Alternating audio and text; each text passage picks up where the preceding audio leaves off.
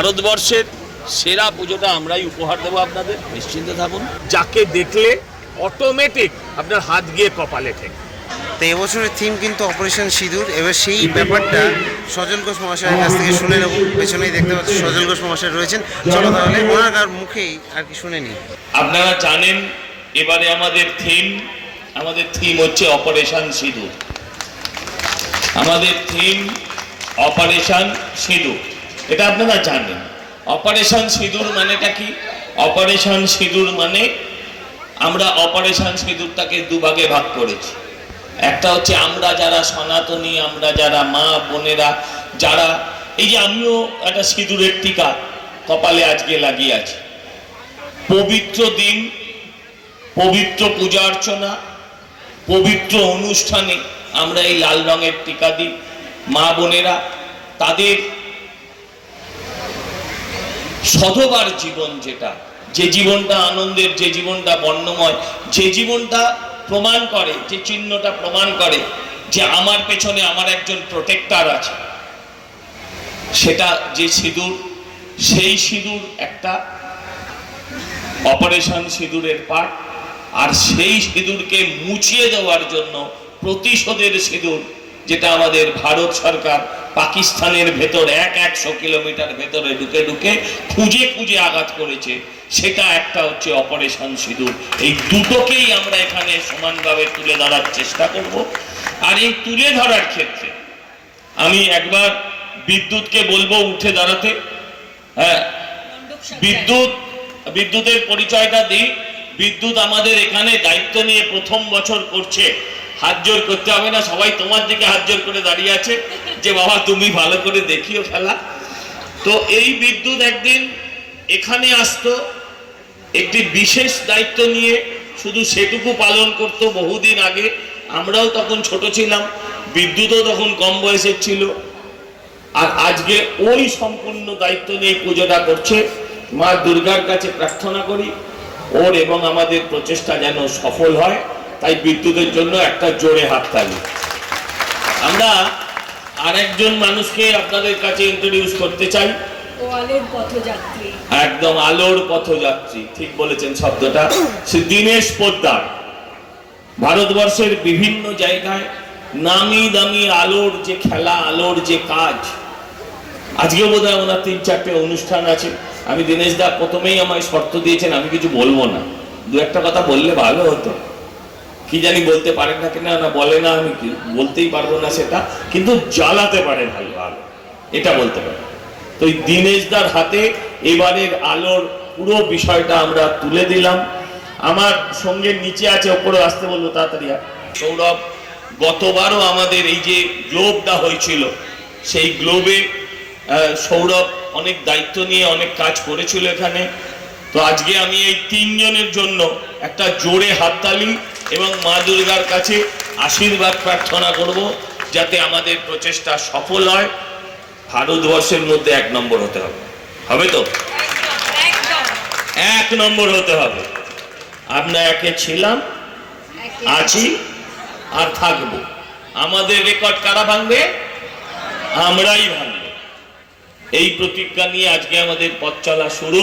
আমার বিশেষ কিছু বলবার নেই, আমি শুধু অনুরোধ করব যে স্টেজটা একটুখানি ডান দিকে বাঁদিকে খালি করে দিতে। যারা চেয়ারে আছেন তারাও যদি আসেন তাহলে একটু দেখতে সুবিধে হবে। আর একটু পরে আমাদের সন্তোষ মিত্র স্কোয়ারের পেজে এবং আমার নিজের ব্যক্তিগত ফেসবুক পেজগুলোতে আপনারা পেয়ে যাবেন। এটা একটা ট্রেলার, আমরা আপনাদেরকে যেটা দেখাবো সেটা একটা trailer, that is an idea. আমরা এবার 90তম বর্ষে, সন্তোষ মিত্র স্কোয়ার, আমরা এবার 90তম বর্ষে। এতক্ষণ আপনারা ছিলেন, আপনাদের ধন্যবাদ জানাই। এবারে আমরা আজকে আমাদের খুঁটি পুজোটা হয়ে গেল, মানে খুঁটি ব্যাপারটা বোঝেন তো, ওটাই আসুন, কার খুঁটির কত জোর। আমরাও নামলাম, দেখা যাক বাকিটা কি হয়। আশা করি ভারতবর্ষের সেরা পুজোটা আমরাই উপহার দেবো আপনাদের, নিশ্চিন্তে থাকুন। আমাদের এবারের থিমটা হচ্ছে অপারেশন সিঁদুর। অপারেশন সিঁদুরটা কি? একটা হচ্ছে সিঁদুর, যে সিঁদুরটা আজকে আমি এখানে পুজো হয়েছে আমরা কপালে দিয়েছি, আপনাদের বাড়িতেও যাদের যাদের পুজো হয় আমরা সেই সিঁদুরটা পরি। যে সিঁদুরটা আমার মা বোনের বিবাহিত জীবনের সুখ স্বাচ্ছন্দ্যের সিঁদুর, যে সিঁদুরটা আমার মায়ের কপালে, বোনের কপালে, স্ত্রীর কপালে থাকা মানে তার একজন প্রোটেক্টর আছে। আমরা হিন্দু শাস্ত্রে তো সেটাই মনে করি যে আগুনকে 7 পাক ঘিরে সাক্ষী রেখে হিন্দুরা তার স্ত্রীকে বিবাহ করে, তার খাদ্যবস্ত্র এবং তার সমস্ত রকম সুরক্ষার দায়িত্ব নেয়। একটা হচ্ছে সে সিঁদুর, আরেকটা হচ্ছে সেই সিঁদুরকে যারা মুছিয়ে দিতে চেয়েছিল তাদের বিরুদ্ধে অপারেশন সিঁদুর। দুটো পাটে থাকবে, বাইরেটা একরকম হবে, ভেতরটা আরেক রকম হবে। বাইরেটা থাকবে অপারেশন সিঁদুর, সেখানে প্যান্ডেলটার সাইজ হবে অন্তত প্রায় লম্বায়, প্যান্ডেল চওড়ায় প্যান্ডেলটা 200 মিটারের কাছাকাছি হবে। পাহাড়ের উচ্চতাও পাহাড়ের মতনই থাকবে। আপনার যাতে এলে আপনি একটা পাহাড় ফিলিং পাবেন, একটা যুদ্ধ অনুভূতি পাবেন। শুধুই লাইটের খেলা নয়, আরও অনেক আসল অস্ত্রশস্ত্রও আপনারা দেখতে পাবেন। লাইভ কামান, সে কামান থেকে বম্বিং, আকাশে ভ্রাম্যমান জেট সবই পাবেন। আমরা কি বলি, আপনার মানুষের ভাবনার যেখানে শেষ, মানুষের কল্পনার যেখানে শেষ, আমাদের চিন্তার সেখান থেকে শুরু। কি বললাম? কল্পনার যেখানে শেষ, আমরা চিন্তা করি তারপর আমাদের চিন্তা সেখান থেকে শুরু। তাই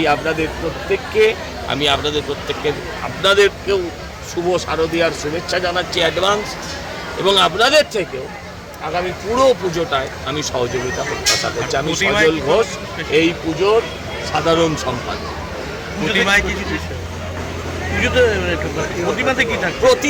আমরা প্রতিমা নিয়ে কোনো রকম এক্সপেরিমেন্ট, প্রতিমা নিয়ে থিমের সঙ্গে মিশিয়ে শিল্পকলা, মানে প্রতিমাকে অনেকটা ওই লাফিং বুদ্ধা স্টাইলে করে দেওয়া, বেটে বেটে হাত, যাকে দেখলে হাত জোর হয় না।